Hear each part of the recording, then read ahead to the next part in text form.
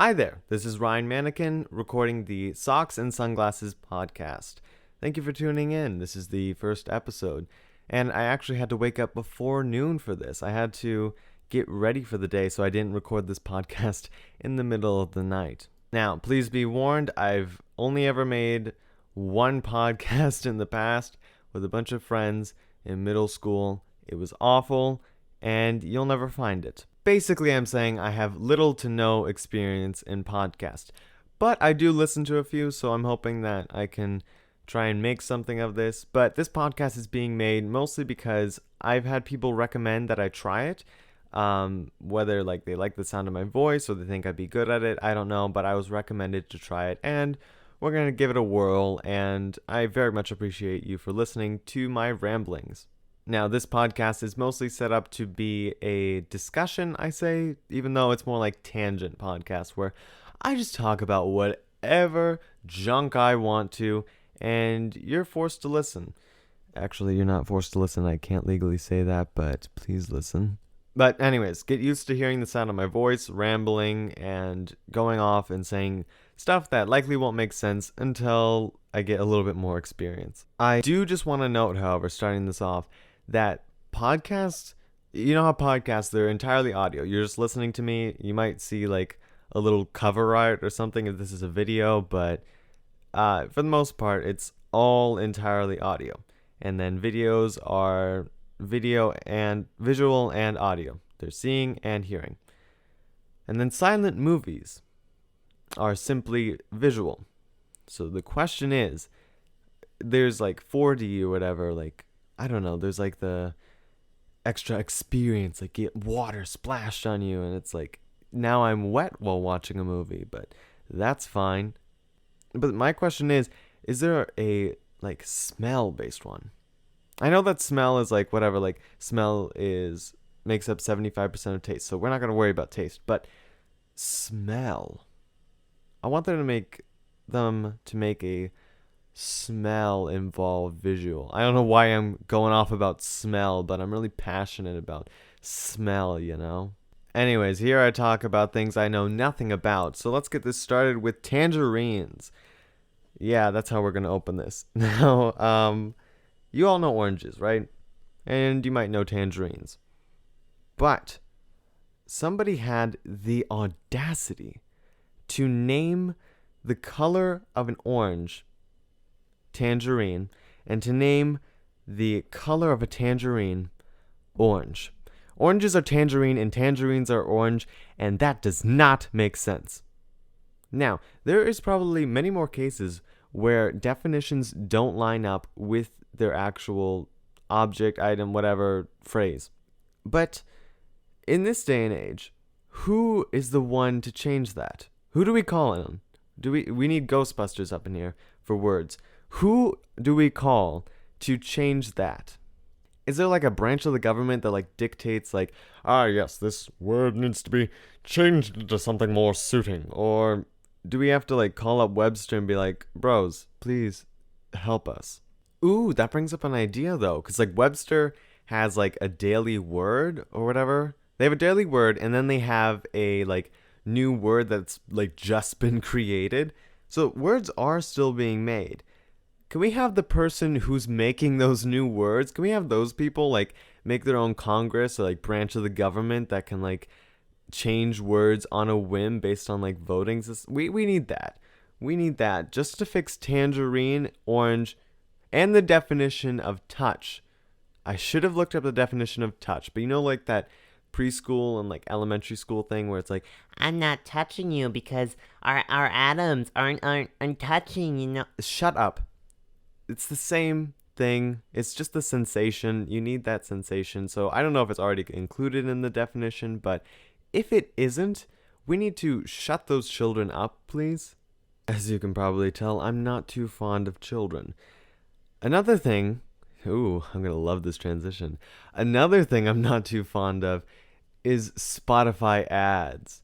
For those of you who are rich and can afford, well, I probably can afford, but for those of you who aren't lazy and actually bought Spotify Premium, you don't have to deal with this anymore, so you don't have to listen. But For those of you like me who still get Spotify ads, I have a new theory.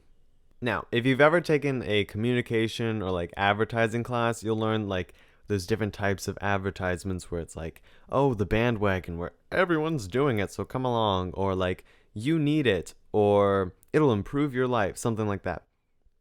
But I think Spotify has invented, well, it's not just Spotify, there's plenty of other ads like that. But I think Spotify has now invented this new type of advertising called annoyance. Now, I get that, like, oh, you can just, like, reload the tab and, like, skip in so it's not that annoying. You just gotta move around it. But no. I'm not talking about, like, oh, the repetitiveness of it and, like, I keep hearing them. No. I'm talking about, like, the phrasing and the tone of everything. Now, the actors for the Spotify ads, I have nothing against them. But I think that the script that they were given is meant to kind of trigger something in the back of your mind, like kind of piss you off a bit. Like, this is not how normal people talk, and this makes us seem stupid for not getting Spotify Premium. It's kind of like that. Like, it downgrades you. It like bullies you and annoys you into getting Spotify Premium. This is not at all sponsored by Spotify. I'm never gonna get sponsored, but I don't know if I have to say that. In the future, I hope you notice that a bit more. Like, I'm going to leave you with this little, like, bit of knowledge. This is going to improve or ruin your life from now on. Where, like, you'll notice that I think this is going to be a big deal that companies will use now. Where they use annoyance as a tool to sell their product. Or service or good, whatever. So, I'm going to have you rack your brain over that. Now, while I'm trying to be a little bit trendy and a little bit up to date, people are realizing that back in 2016, way back when in 2016, there was a phenomenon in which clowns were being sighted everywhere. I don't know what it's called. It's clown sighting of 2016, whatever. And people are noticing like, hey, we didn't talk about that. Yeah. So people are now talking about it again, whatnot. I'm not special for doing that. But I am wondering, what is to come next? Like, what is the next wave of insanity that will crash upon us? I get that it's 2020. Everything's already insane. Everyone's already selfish. Everyone's already going mad. But, like, when that's over, when it, like, kind of settles a bit and we figure things out a bit, for better or for worse, I'm wondering, what is the next shenanigan that's gonna, like, cross America? I don't even know if it was, like, worldwide. Like, if someone's listening to this and they're from somewhere other than the United States, let me know if you also in 2016 had a clown phenomenon where people would dress up as clowns and scare the crap out of people. Alright? Also, like, I get it was like playing on the common fear of clowns and whatnot, and that's based around like, oh, something's almost human but not quite, and therefore it's scary, like Uncanny Valley, whatever. But that plays with the common type of fear. So what if it played with the common type of fear of height? Now, you know those chalk artists? The chalk artists that like make the really like hyper realistic chalk art that makes it look like you're on a great height or something?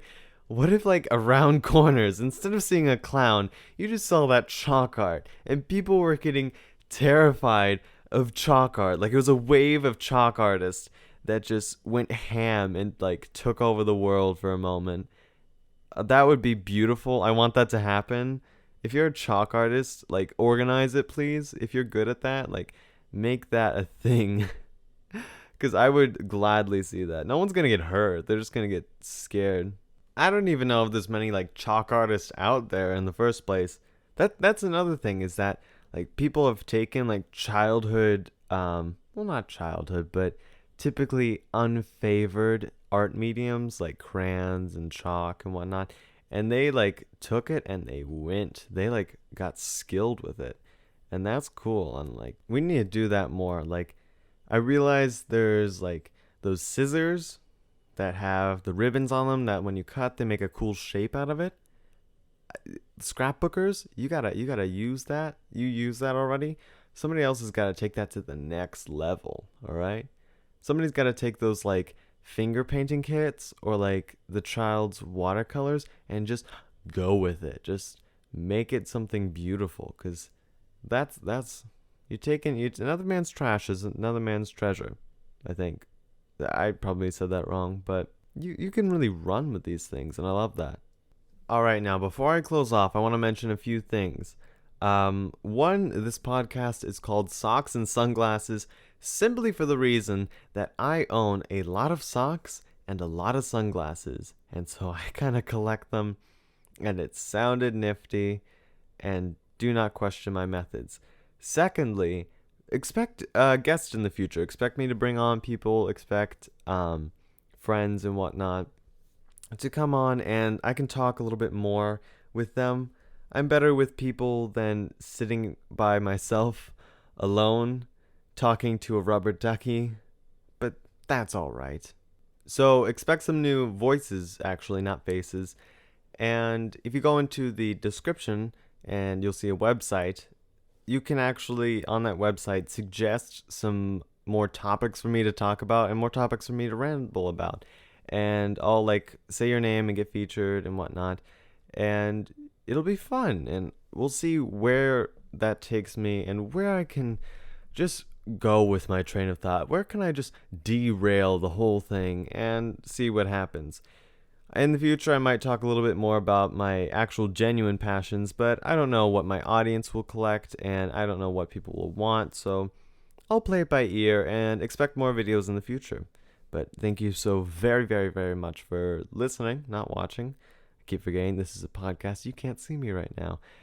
But thank you so much for listening and tune in next time.